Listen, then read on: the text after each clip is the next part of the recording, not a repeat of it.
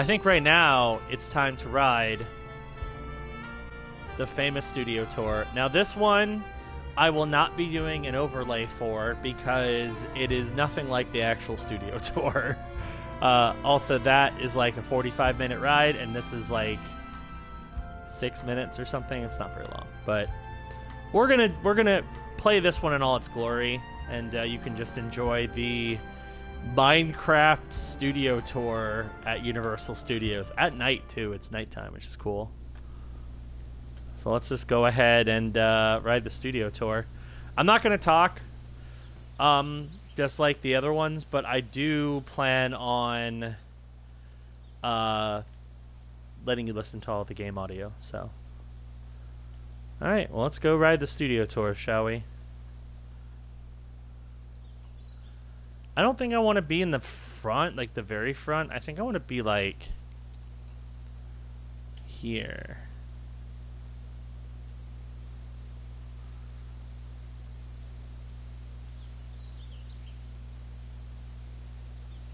And there's the tram.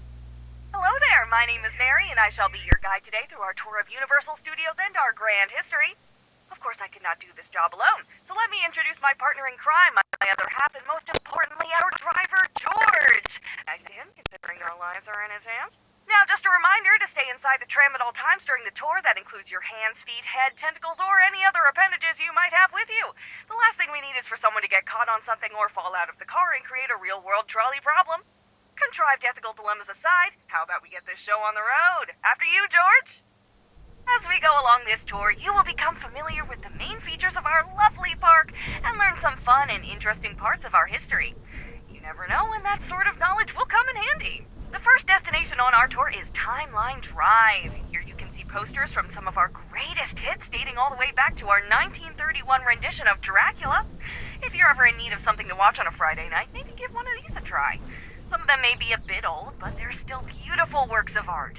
Get some friends together and maybe try the original version of The Mummy or Creature of the Black Lagoon.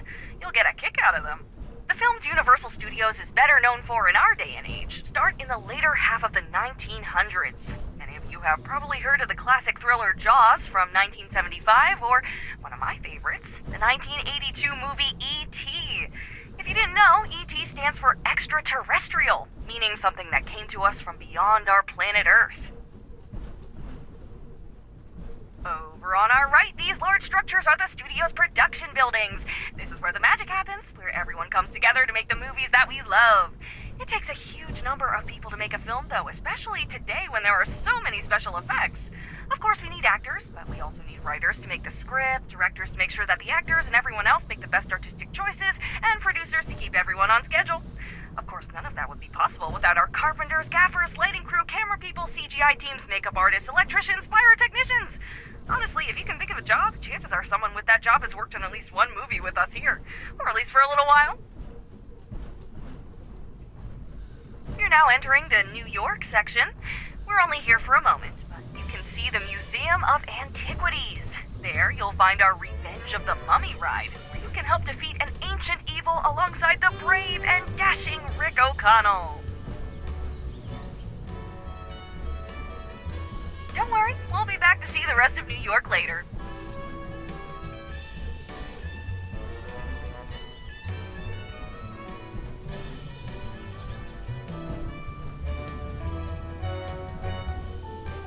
Now I welcome you to the Golden Gate City, San Francisco.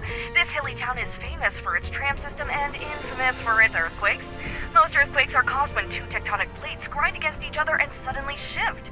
The entire planet is covered in these plates, and the places where they meet are called fault lines. Wouldn't you know it, most of California, San Francisco included, lies on a fault line, so you can expect a lot of earthquakes in this area. Speaking of which, I want to show you a little demonstration on how we make earthquakes in the movies. This set was built in the 1980s with the tracks dug right into the floor. When they were done with that movie, though, the guys in charge thought, earthquakes are pretty common in movies, so let's just keep this one.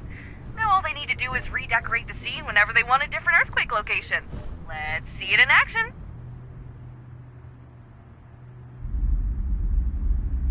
Here we go.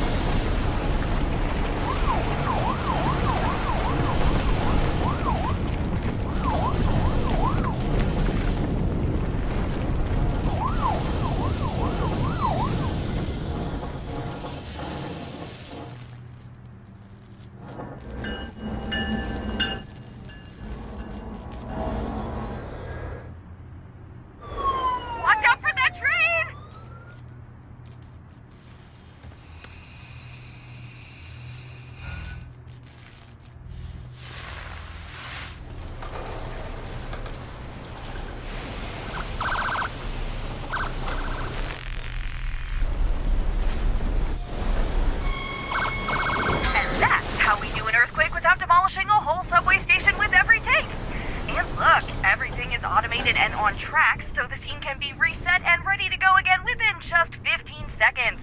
We don't actually film in there too often, but it's seen some use and makes for a fun demo like that. Anyhow, welcome back to the Big Apple. This grand old town has history and culture everywhere, provided you can overlook the Yorkshire Terrier-sized rats, and is a massive hub of the arts. The famous street Broadway is home to some of the best and most popular theater performances in the world, but you can find beautiful, rich work all over town. The city is like an incubator for the arts, a place where some of our country's greatest works are born, including a bunch of movies. Not everything is filmed in California after all. Passing on our left, we see the building where the ride based on Steven Spielberg's famous film E.T. runs.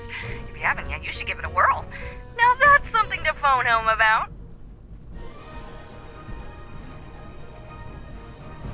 Now this is what we call Hollywoodland, and up here is our Monster Cafe, where you can see all of the classic monsters from our films, like Frankenstein's monster, Dracula, the Wolfman, and the creature from the Black Lagoon.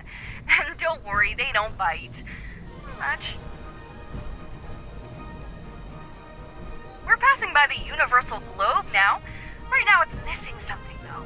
I heard that Woody Woodpecker asked you to help find the missing letters and restore the globe. I hope to see those letters back soon. The park just isn't the same without them all spinning around. Something smells swampy. I heard a green ogre lives over there.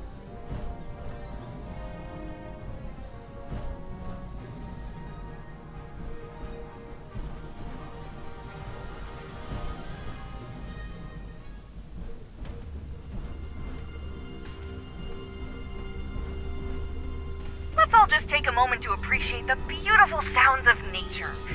Of course, that's all just part of the movie magic.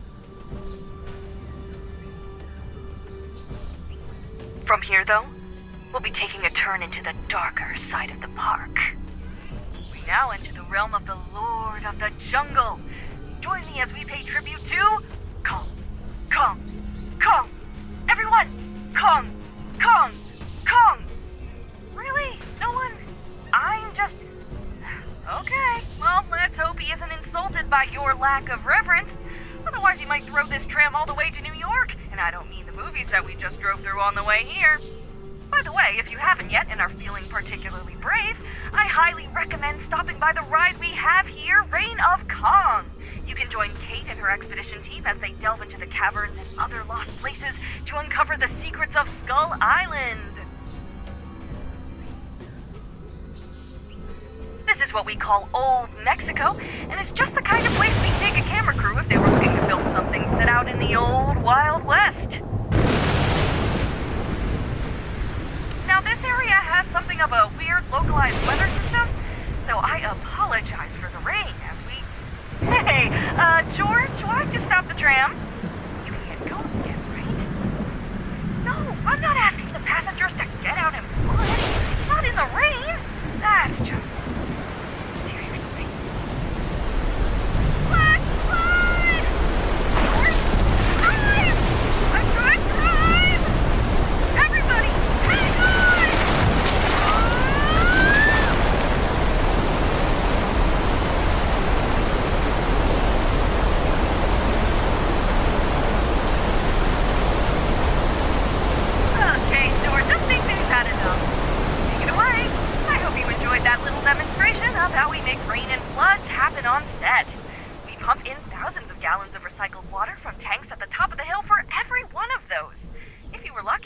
also notice the hidden pipes and sprinklers that are set into the roofs, trees, and telephone poles of the set, creating that lovely rain effect. But enough of the Wild West. Cowboys are fun and all that. What's the wildest thing you can think of that we might have here? Dinosaurs! On to Jurassic World! Up ahead, you can see a pair of magnificent brachiosauruses relaxing at the edge of the lake. Quite jaw-dropping, aren't they? In a moment, we'll have a member of the staff join us to talk about what it's like to work with dinosaurs and how they keep things going here. Wait a minute, this isn't Paddock 5. There's a 5 on the gate, right? Might have taken a wrong turn somewhere. Well, this equipment is abandoned. Just a reminder, folks, to please keep your hands and feet inside the vehicle at all times.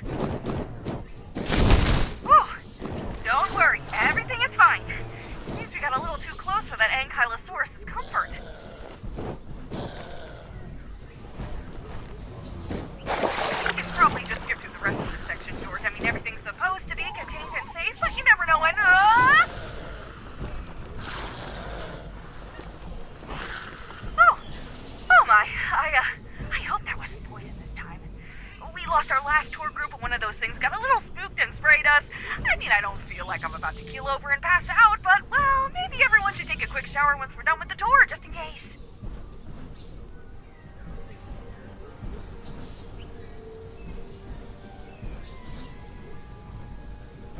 Ah, this is my favorite part of the park. Welcome to Amity Island, where the sun is warm and the swimming is prime. If you're in the mood for a beach day, this is the place to... The beach is closed. Huh, I wonder why.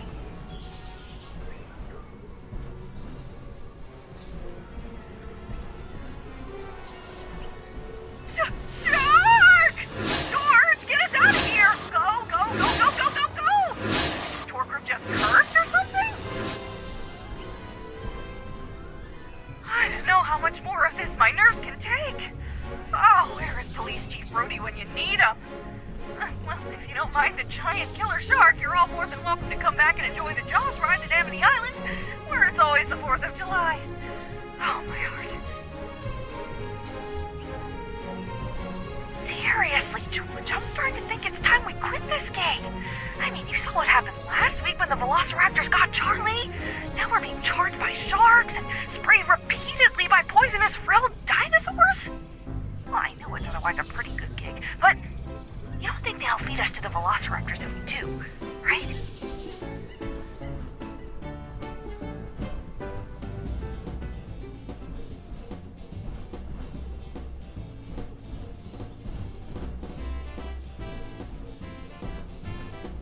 On our left, you can see one of our last sites on this trip, the Institute of Future Technology, where Doc Brown works on his questionable inventions. There you can find his famous time-traveling machine, and I believe he's even letting people take rides through time in a new one, too. Might be worth stopping by. That is if you can think fourth dimensionally.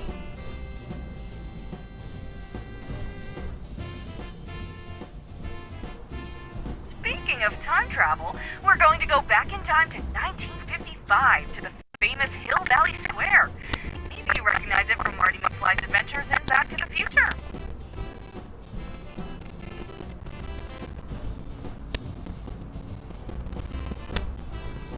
Oh, look! There's Doc on the top of Hill Valley City Hall. What's he doing up there? Another one of his harebrained experiments?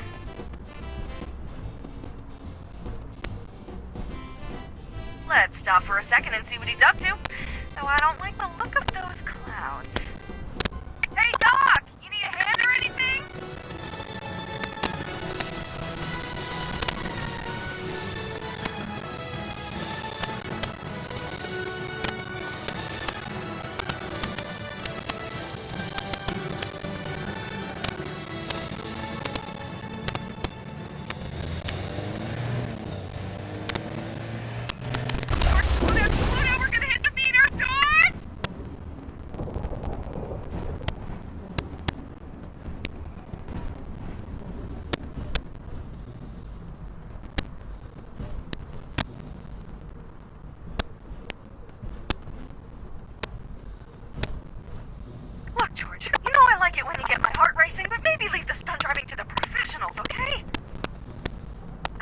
Not sure what that was, folks, but hopefully Doc is okay.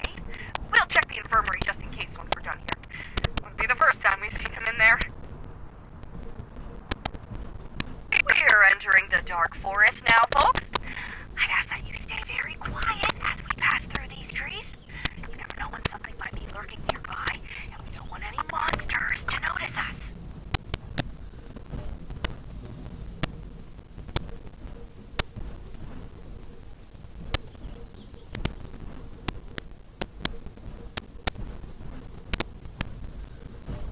Here is our last stop on the trip, Little Europe and the Court of Miracles. Several of our monster movies were made here, at least in part. Over there you can actually see a set of double doors that were used in... What's that sound? Drive, George, drive! What was that about? That looked like the bride of Frankenstein's monster. But where is... Look, there he is! At the top of the windmill! How did it catch fire? I think he's trapped in there. Oh no, the poor thing! Just kidding. While it may look like the windmill is on fire, it's actually just special effects. and there won't even be a singe on the structure itself. Now, just to be clear, because a lot of people forget about this, the monster we just saw is from the movie Frankenstein, but Frankenstein was the name of the scientist who created the monster, not the monster himself. A common misconception. But the scientist is the true monster of the story, at least in the original book, because of his arrogance, thinking he had power over life and death, and because he was unable to love his own creation. And with that, we come to the end of our time together. I hope that you enjoyed yourselves. If you did, my name is Mary, and my partner is George. If you didn't, my name is Sue, and the driver was just a figment of your imagination. Enjoy the rest of your day, and come back